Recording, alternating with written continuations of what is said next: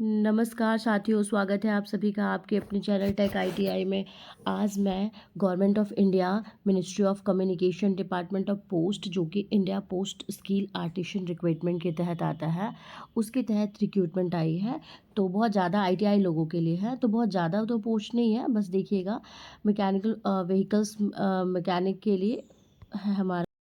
Motor mechanic vehicles के लिए है 6 सीट है। मोटर व्हीकल्स इलेक्ट्रीशियन के लिए एक है, टर्नर के लिए एक, वेल्डर के लिए एक, टायरमैन के लिए एक है, ब्लैक स्मिथ के लिए एक है। मतलब टोटल 11 पोस्ट पे हमारा रिक्रूटमेंट जो है वो आया है। अगर आप एलिजिबल हैं तो आप हमारे ये वीडियो को देख सकते हैं। देखिए इसमें स्केल ऑफ पे क्या रहेगा, तो हमारा स्केल ऑफ पे जो है 19,900 है, मतलब लेवल 2 की नौकरी है ये। ठीक है। फिर यहाँ पे एज लिमिट जो है वो 18 से 30 साल के बीच में होने चाहिए। और ये जो 1/7/2026 से जो होगा वो काउंट होगा, है ना। 2026 तक काउंट होगा। और अगर यूआर और ईडब्ल्यूएस है तो इसमें कोई रिलैक्सेशन नहीं है, लेकिन अगर एसटी एससी है तो 5 साल का है, और ओबीसी है तो 3 साल का इसमें रिलैक्सेशन होगा। ठीक है। उसके बाद आप देखेंगे यहाँ पे कि क्वालिफ़िकेशन क्या चाहिए।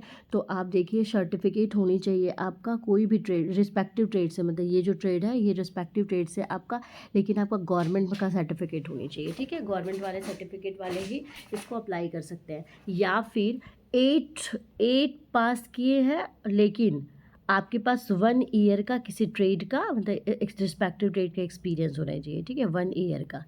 ठीक है। 8 पास है और 1 साल का आपका एक्सपीरियंस होनी चाहिए। और अगर आप मोटर व्हीकल्स मैकेनिक से का कैंडिडेट हैं तो आपके लिए ड्राइविंग लाइसेंस होनी चाहिए। हैवी मोटर व्हीकल्स के लिए और लाइट मैकेनिकल व्हीकल्स के लिए, दोनों के लिए होनी चाहिए। मेथड ऑफ सिलेक्शन की बात करेंगे तो उसमें देखिए, अगर आप ड्राइविंग लाइसेंस होनी चाहिए मैकेनिक मोटर व्हीकल्स के लिए, और ये और सारे कैंडिडेट के लिए जो है कम्पिटिटिव ट्रेड टेस्ट जो है वो करवाया जाएगा, जो कि आपका सिलेबस, डेट और वेन्यू जो है वो सेपरेटली आपके कैंडिडेट का, जो भी एलिजिबल कैंडिडेट है उसके उसके पास कॉरस्पॉन्डिंग, मतलब जो भी आपका एड्रेस होगा उस पर आपको भेजा जाएगा। ठीक है। और जो एप्लीकेबल नहीं होंगे उसको वो नहीं भेजा जाएगा। ठीक। उसके बाद 1 साल का आपका, देखिए प्रोबेशन पीरियड बोला है कि 1 साल का होगा। प्रोबेशन पीरियड का मतलब क्या हो रहा है ना, कि 1 साल तक ना कंपनी जो है वो आपको देखेगा कि उम्मीदवार जो भी है वो काम सही से कर रहा है, नहीं कर रहा है, उसका व्यवहार कैसा है, अनुशासन कैसा है, काम की गुणवत्ता कैसी है। तो उसके कारण मतलब 1 साल का आपका ट्रायल रखेगा। अगर आपका काम असंतोष हुआ तो नौकरी समाप्त हो सकता है, और नहीं तो उसका प्रोबेशन पीरियड जो होता है वो बढ़ाया जा सकता है और उसको स्थायी कर दिया जाएगा। ठीक है। तो देखिए कैंडिडेट को क्या क्या लाना है, इसमें सेल्फ अटेस्टेड कॉपी को भेजना होता है ना इसमें। तो सेल्फ अटेस्टेड कॉपी में क्या क्या आप करोगे, सेल्फ अटेस्टेड मतलब खुद का साइन नीचे होना चाहिए। एज प्रूफ, मतलब आप मार्कशीट दे सकते हो 10th का। फिर आपका एजुकेशनल क्वालिफिकेशन जो भी है वो, टेक्निकल क्वालिफिकेशन आईटीआई है वो आपका। अगर मैकेनिक मोटर व्हीकल्स वाले में है तो आपका वैलिड आपका ड्राइविंग लाइसेंस देगा। एसटी एससी ओबीसी अगर हो रहे हैं तो उसके लिए भी आपका सर्टिफिकेट देना होगा। ईडब्ल्यूएस कैंडिडेट है तो ईडब्ल्यूएस का सर्टिफिकेट होना चाहिए, लेकिन ईसू जो है वो 2025 से 2026 के बीच में होना चाहिए। ठीक है। उसके बाद फाइनेंशियल ईयर अगर इनकम दे रहे हैं तो फाइनेंशियल ईयर 24-25 का होना चाहिए। फिर आप देखेंगे trade experience certificate of respective trade post on company firm letter held mentioning name full address, मतलब आप जहाँ पे एक्सपीरियंस अगर आपके पास है तो एक्सपीरियंस आप देखें डालेंगे तो जहाँ पे आप काम किए वहाँ का फुल एड्रेस होना चाहिए। ये सब हमारा होना चाहिए। ठीक है। उसके बाद फिर आप देखेंगे क्या है यहाँ पे, कि मेन आपका देखिए यहाँ पे क्या है, आपको स्पीड पोस्ट करना है। तो स्पीड पोस्ट आपको करना है कहाँ पे, देखिए ये जो एड्रेस है ना, ये the senior manager mail motor service 134A, इसी पे हमारा जो है वो ये जो है 4,18,000 इस पे हमारा स्पीड पोस्ट जो होगा वो करना है। ये जो फॉर्म है नीचे हम लिंक में डिस्क्रिप्शन में दे देंगे, ये फॉर्म को डाउनलोड कीजिएगा और इसी पे ऊपर आप इसको भेज सकते हैं। ठीक है। और ये देखिएगा, ये जो फॉर्म है आपको 31 मार्च तक वहाँ पे पहुँच जाना है, तो आप कोशिश कीजिएगा कि आप लोग वहाँ पे जल्दी से जल्दी दे दें। एप्लीकेशन फॉर्म फ़ी पूछेगा तो 500 रुपये इसका एप्लीकेशन फॉर्म फ़ी है, ठीक है। यहीं पे हो गया, उसका एड्रेस हो गया, इसी पे वो भेजना है, ठीक। उसके बाद और देखिए, अगर आप एससी एसटी और फीमेल कैंडिडेट्स हैं तो आपका the application without application fee मतलब 500 रुपये आपका नहीं लेगा। दैट मीन्स कि एसटी एससी और ये फीमेल के लिए फ़ी नहीं है। बाकी जो है सबको आप लोग को एप्लीकेशन फ़ी जो होगा वो देना पड़ेगा। मतलब फ़ी के बगैर अगर एप्लीकेशन होगा तो वो रिजेक्ट हो जाएगा, ठीक है। ये सब तीनों को छोड़ के उसके बाद फिर देखते हैं। फिर देखिए, ये हमारा एप्लीकेशन फॉर्म आ जाता है। तो देखिए, एप्लीकेशन फॉर्म में आप फुल नेम, अपना नेम डालिएगा, फादर्स का नेम डालेगा, सारा जो होता है वो कैपिटल लेटर में डालेंगे, ठीक है। Post applied for the trade, कौन से ट्रेड के लिए है, ट्रेड का नेम डालेगा। परमानेंट एड्रेस, आप अपने घर का एड्रेस डालिएगा, ठीक है, पिन कोड के साथ डालेंगे। कॉरस्पॉन्डेंस एड्रेस जहाँ पे आप अभी रह रहे हैं, ये स्थायी हो गया। और अभी आपका कॉरस्पॉन्डेंस जहाँ पे अभी आप रह रहे हैं वहाँ का एड्रेस डालेंगे।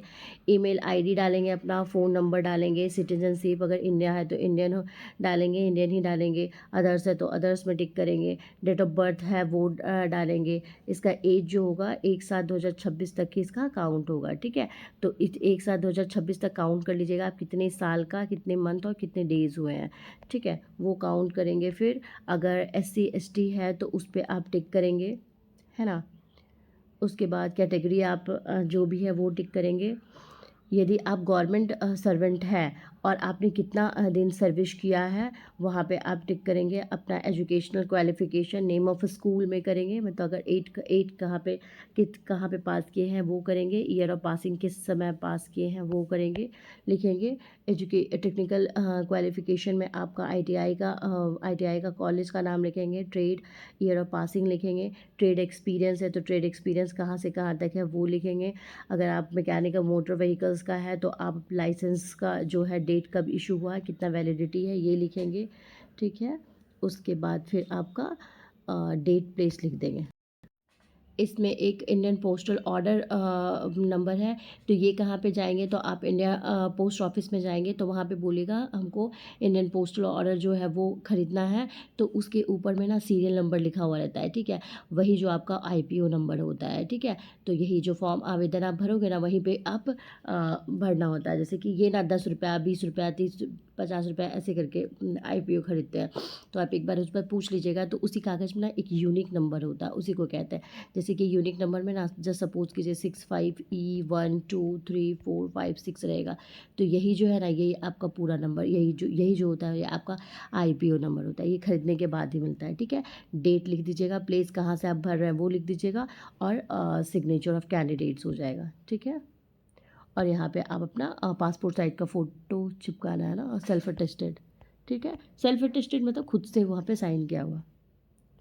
बस इतना ही करके आपको वो वाला जो एड्रेस था उसमें आपको भेज देना है, ठीक है। ये आपका है कि ये आपका जो माइग्रेट हो गया ना उसके लिए है, ठीक है। तो ये आप हो जाएगा। आई होप आपको मेरा लेक्चर जो है वो समझ में आया होगा।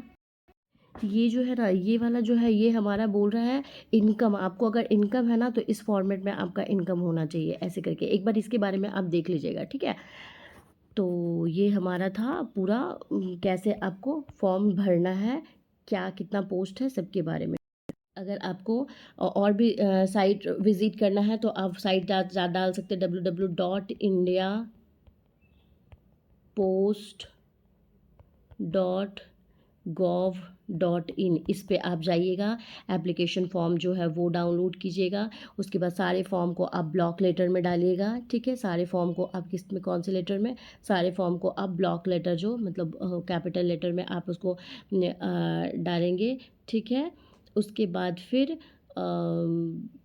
उसके बाद क्या क्या था, 500 रुपये आपका फ़ीस था।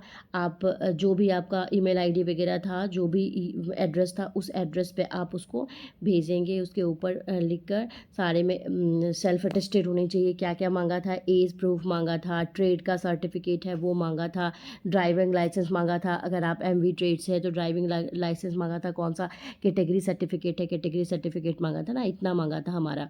ठीक है, उसके बाद क्या क्या मांगा था,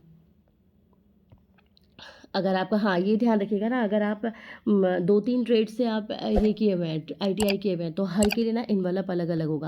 मतलब ऐसा नहीं एक ही इन्वेलप में आप चारों ट्रेड है तो चारों ट्रेड को ये कर दोगे। ठीक है, सबके लिए आप अलग अलग जो है वो करोगे। अगर ऐसे करोगे तो ये रिजेक्ट हो जाएगा, लेकिन अलग अलग करोगे तो ये मतलब एक्सेप्टेबल होगा। ठीक है, और कितने तारीख तक पहुँचना चाहिए, तो 31 मार्च 2026 तक जो है वो हमारा 5 बजे तक पहुँच जाना चाहिए। ठीक है, 5 बजे तक ये पहुंच जाना चाहिए। इसका एड्रेस जो है वो देख रहे थे, ये एड्रेस हमारा था। ठीक है, इसी एड्रेस पे हमारा पहुंचना चाहिए। Thank you. अगर आपको मेरा लेक्चर अच्छा लग रहा है तो मेरे चैनल को सब्सक्राइब कीजिए। ऐसे ही आईटीआई से जुड़े नॉलेज मैं इसमें शेयर करती हूँ। आपको अगर पढ़ना है आईटीआई ट्रेड से रिलेटेड, तो मैंने बहुत सारा इसमें थ्योरी का लेक्चर डाला है, तो आप उससे जाके थ्योरी पढ़ सकते हैं।